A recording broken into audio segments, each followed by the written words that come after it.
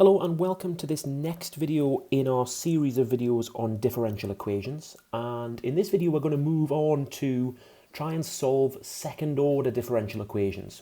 So if you've been following our previous videos, we've seen that we can solve first order differential equations in the form of dy by dx equals a function of x, or dy by dx equals a function of y, and we saw different methods for each of those. In this video, we're going to try and solve equations in the form of this equation here. This is what's known as a second order differential equation. And the difference between the first order and the second order types of equations is the inclusion of this d squared y by dx squared term, or our second derivative of y with respect to x. The formula also has some constants, these coefficients that we've called A, B and C for now, but we'll see in plenty of different examples in later videos as well, different forms that these constants might take. One other thing to mention before we begin is that if we can arrange our equation so that it looks like this and is equal to 0, then it's what's known as a homogeneous differential equation.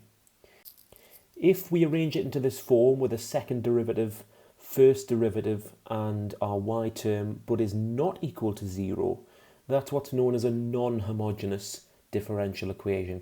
And we'll look in a later video at how we can handle non-homogeneous equations, but for now we're just going to deal with the case that equals 0.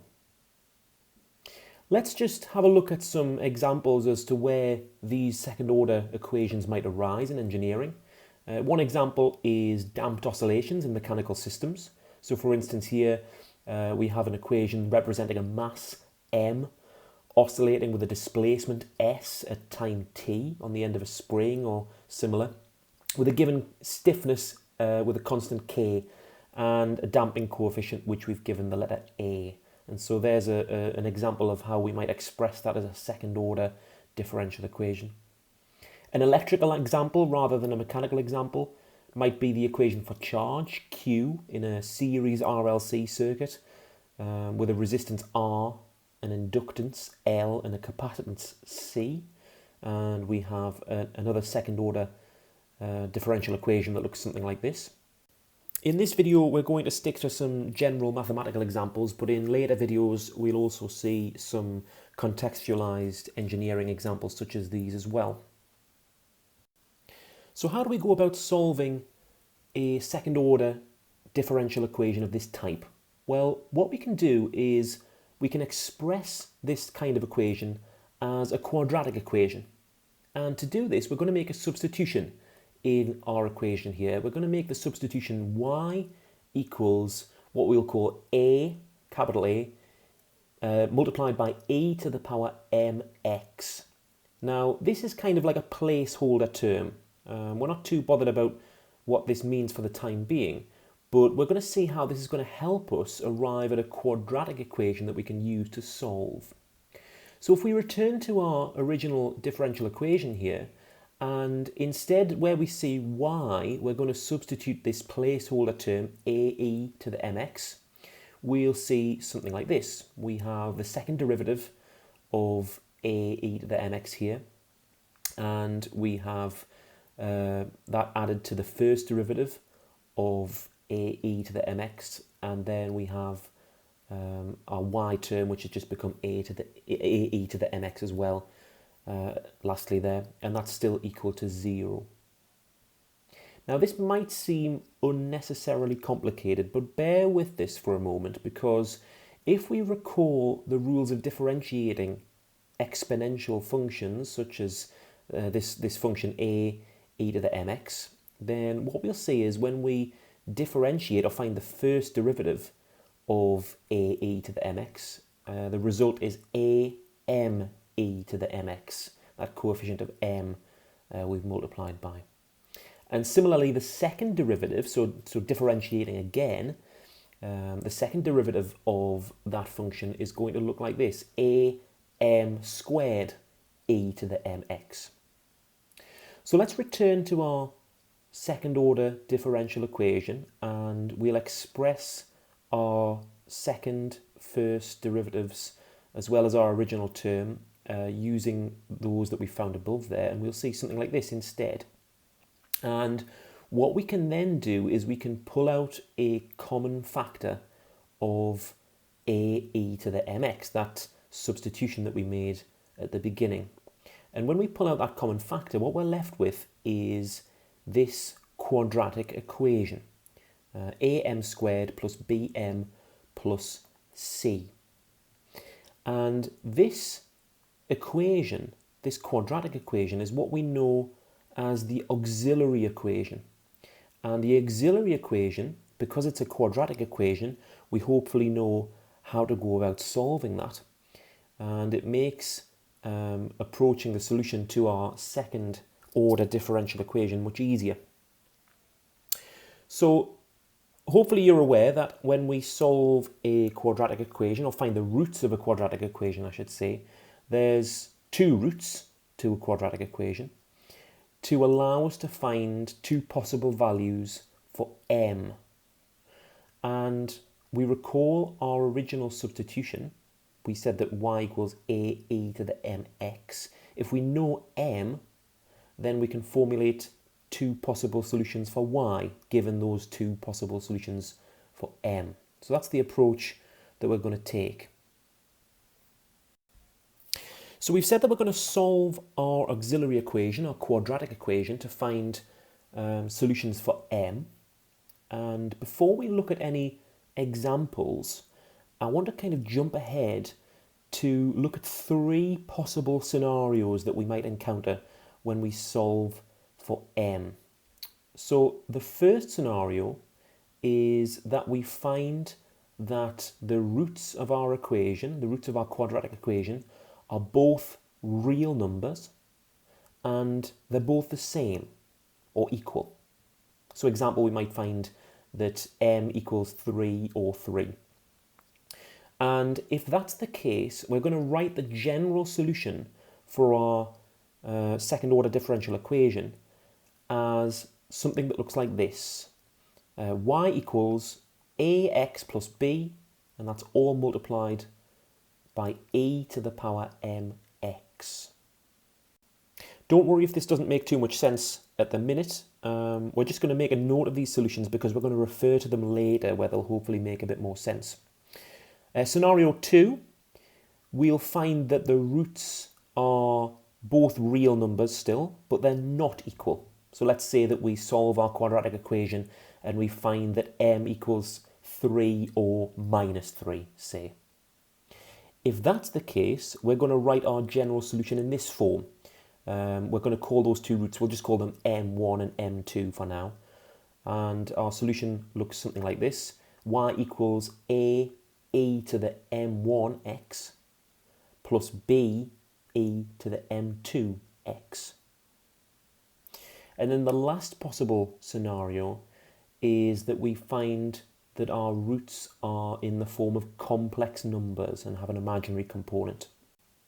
So for instance, m might equal what we'll call alpha plus or minus j beta, where alpha would be the real part of the complex number and beta would be the imaginary part with the imaginary coefficient j there.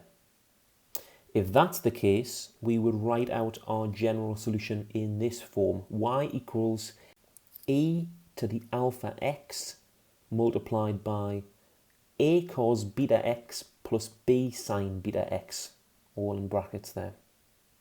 Again, I appreciate these probably won't make any sense at the minute, but it's important that we're just aware of these because we're going to come back to these three possible scenarios when we look at some examples. So here's our first example, and it's in the form of this equation here. 3 d squared y by dx squared plus 4 dy by dx minus 4y equals 0. And let's suppose that we're also given a little bit of extra information as well. We're told that when x equals 0, y equals 0, and dy by dx equals 6.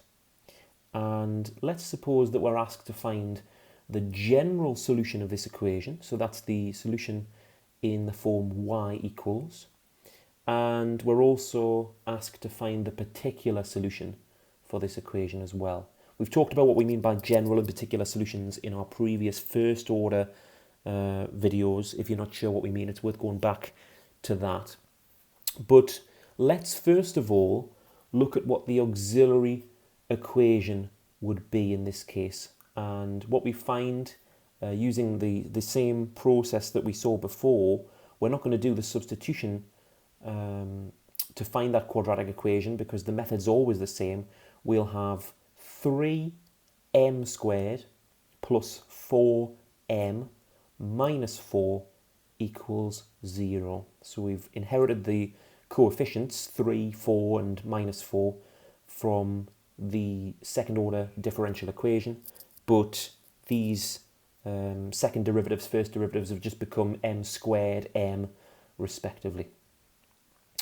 And we could solve this particular quadratic equation using the quadratic formula, or we could solve it by factorization. In this case, we could express this particular quadratic equation like this, 3m minus 2 multiplied by m plus 2 still equals 0, and that would mean that m is either equal to 2/3 or to minus 2.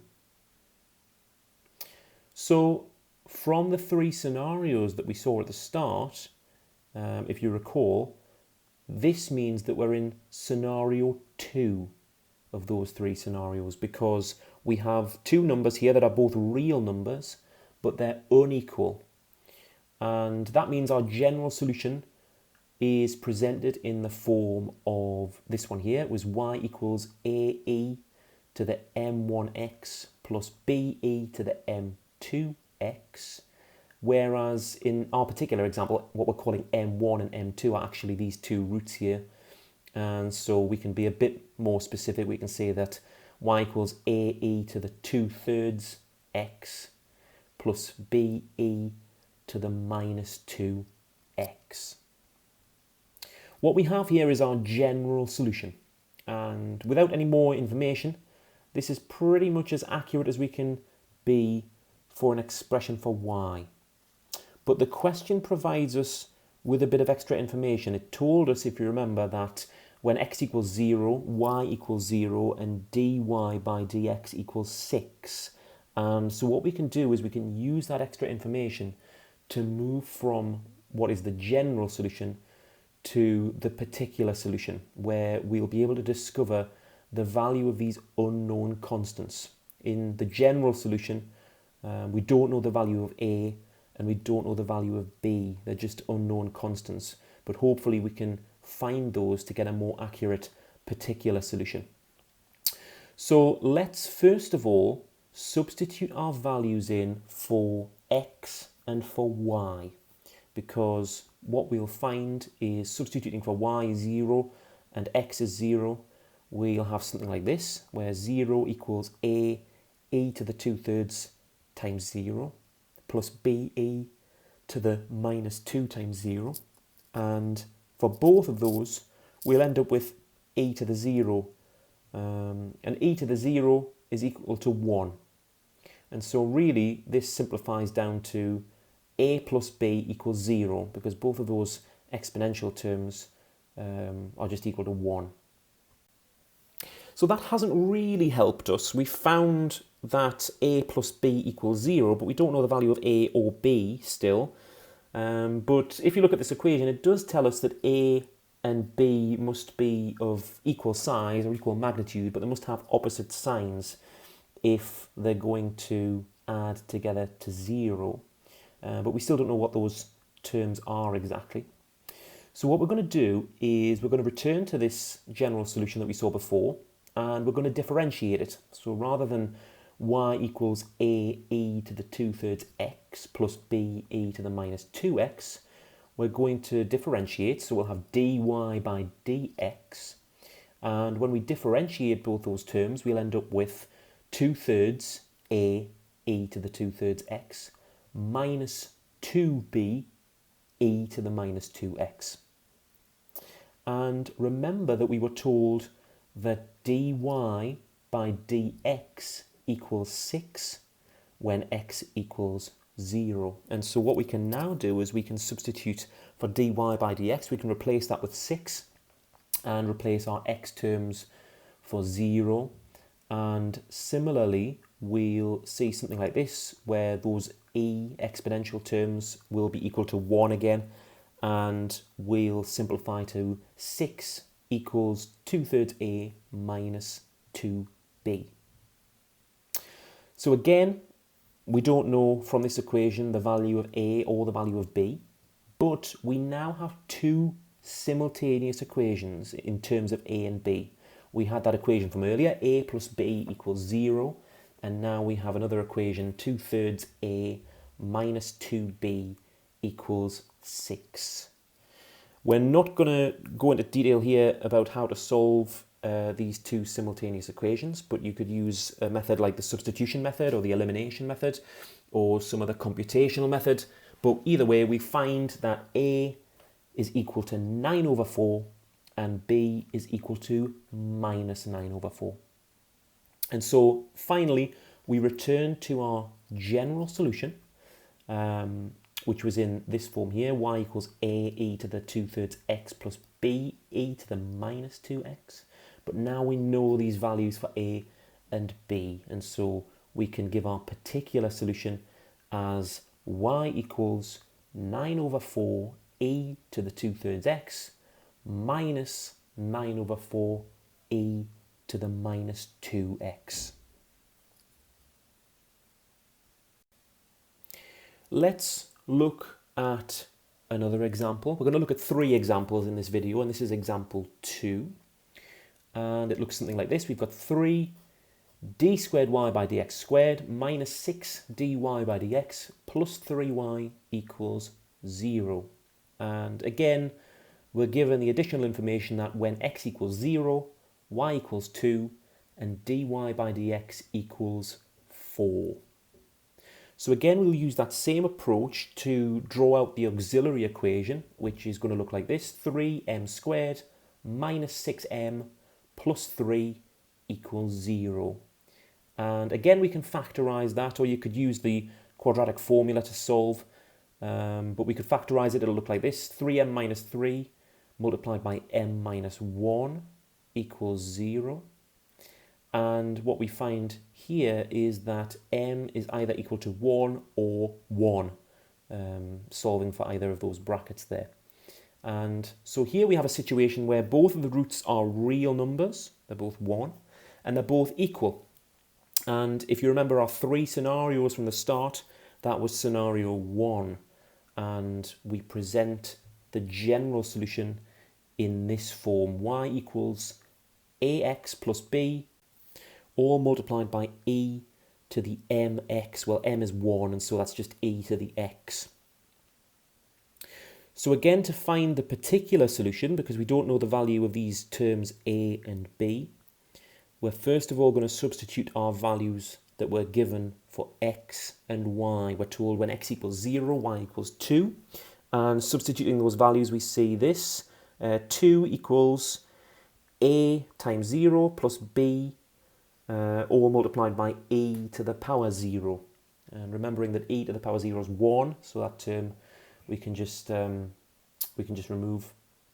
We're left with a disappearing because it's multiplied by 0, so we're left simply with b equals 2. And if we want to find the value of a also, then we'll have to do what we did last time as well. We'll have to differentiate our expression like we did in the last example. Differentiating this particular expression requires the use of the product rule, and we'll not go into the product rule in too much detail here. I'll make a little note of it by the side, and we'll whiz through it very quickly. But if you are not sure about the product rule, we have other videos that go into the product rule in much more detail. But we have here d by dx, the derivative of what we'll call uv, is equal to du by dx multiplied by v plus u multiplied by dv by dx. And so in this case, we're going to call, since we've got our function y here, y equals ax plus b multiplied by e to the x, or e to the 1x, we'll call this first sort of bracket here, we'll call u. So u equals ax plus b, and the second term here, e to the x, or e to the 1x, we'll call v. And what we'll find is when we differentiate those two expressions and substitute them using the product rule there, we'll get a result that looks like this. dy by dx is going to be a e to the 1x, or e to the x, plus 1 multiplied by ax plus b multiplied by e to the x again. And simplifying that a little bit, we have a e to the x plus ax plus b e to the x. Again, if you're not sure about the product rule or where that's come from, it's worth looking at some of the other videos where we cover the product rule in a bit more detail. But we've differentiated that expression there, and again we can use some of the values that we were given at the start.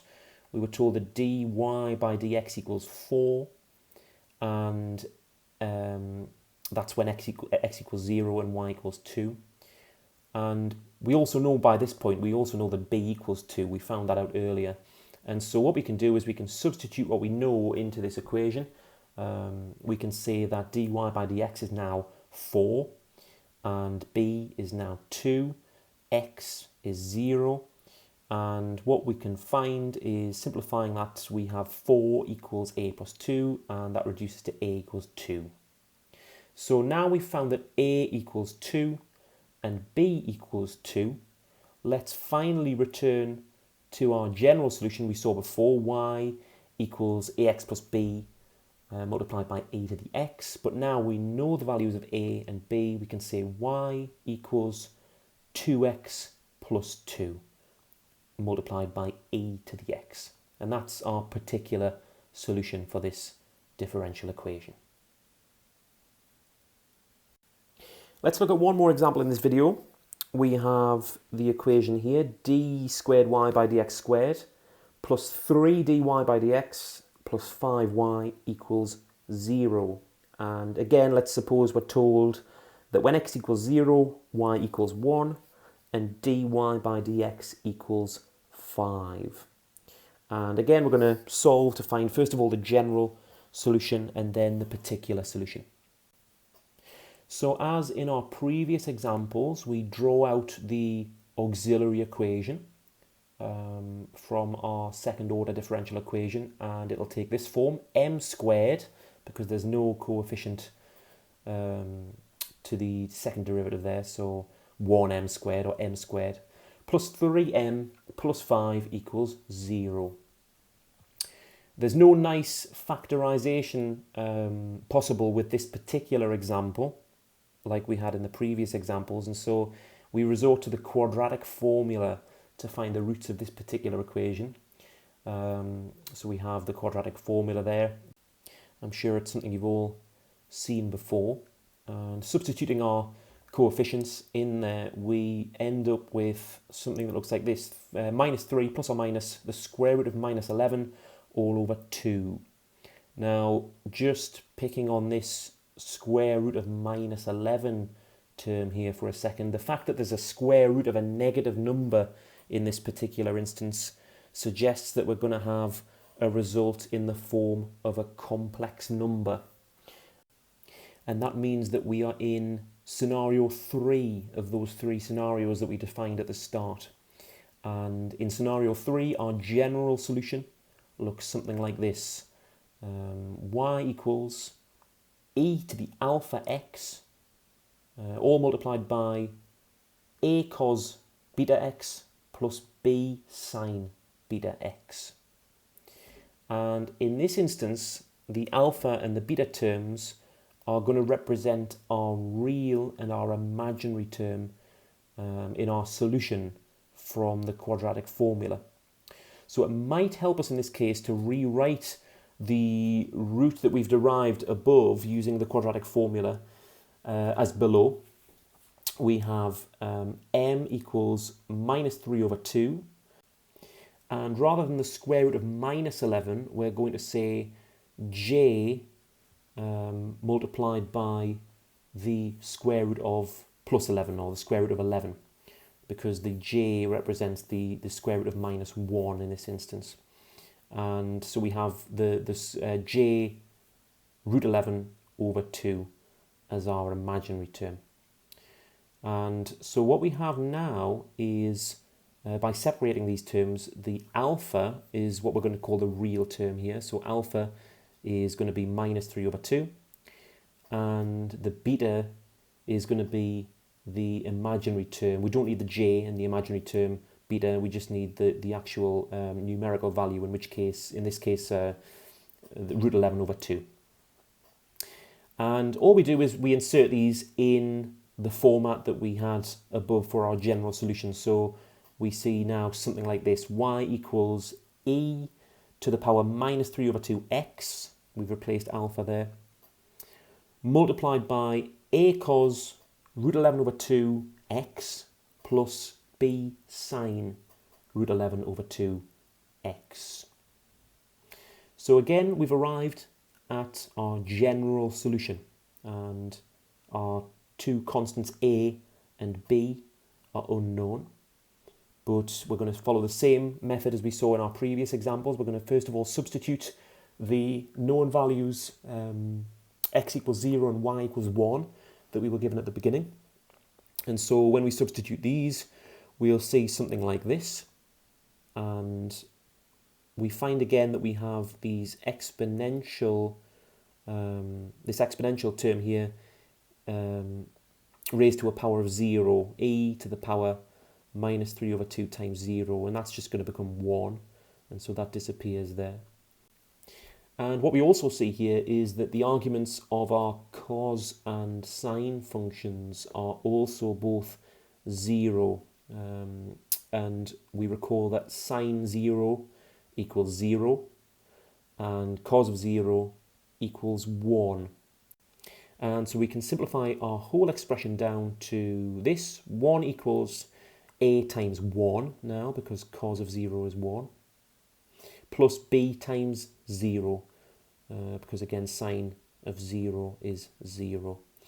And b times 0 is 0, and so we're left simply with a equals 1.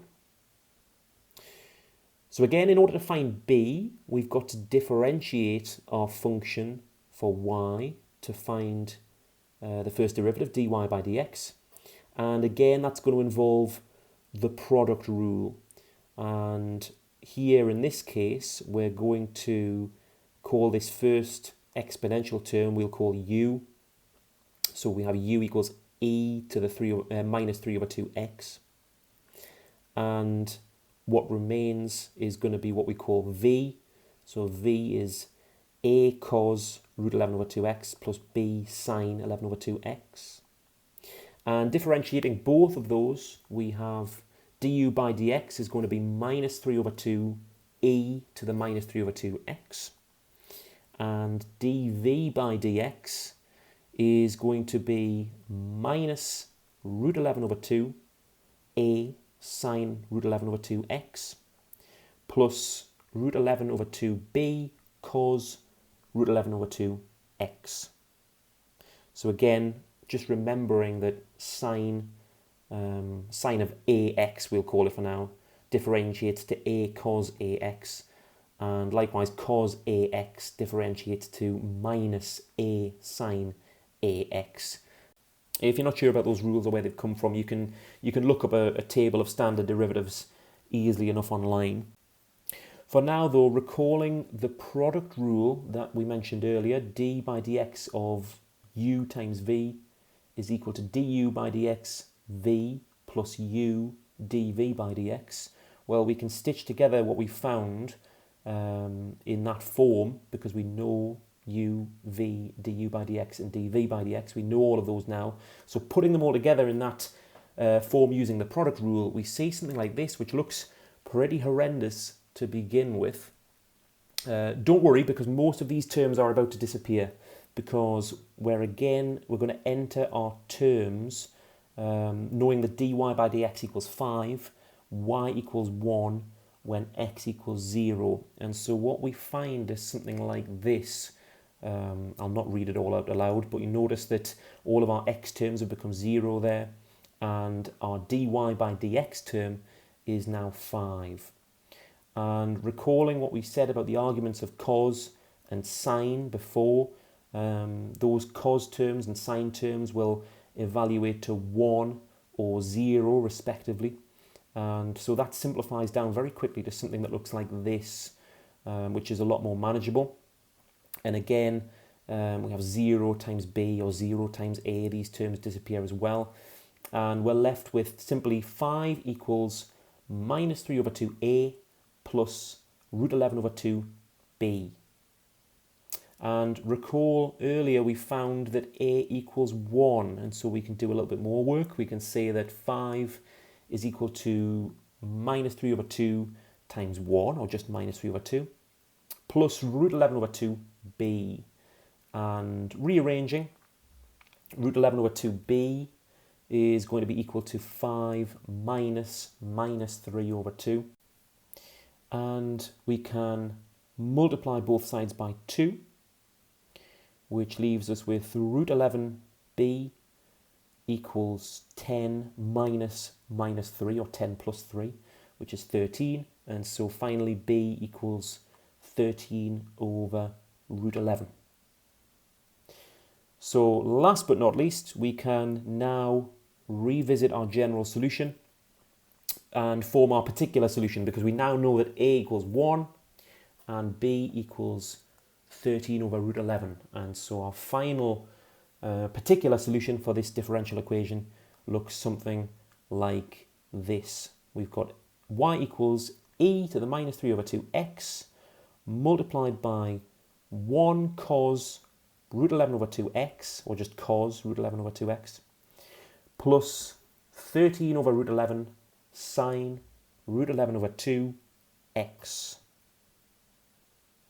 So I hope you found this video useful on, first of all, introducing second order differential equations, and then looking at some examples of 3 different scenarios of the forms that those solutions to these particular equations might take.